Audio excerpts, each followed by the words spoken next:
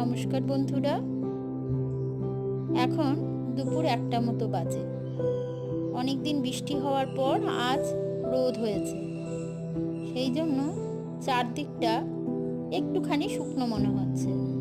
চান করে জামা কাপড় সব মেলা হয়েছে। আমার বাবা ডাইনিং টেবিলে বসে গেছে, মা বাবার এবং আমার থালা সাজিয়ে দিয়েছে। বাবা কিন্তু বসে আছে। রান্নাঘরে মা দইয়ে চিনি দিয়ে সেটাকে রেডি করছে। আমরা কিন্তু টক খেতে পারি না, চিনি দিতে হয়। এই মায়ের থালা রয়েছে, এরপরে নিয়ে যাবে। এটা হলো আমার থালা। আজকে অনেকগুলো পদ হয়েছে।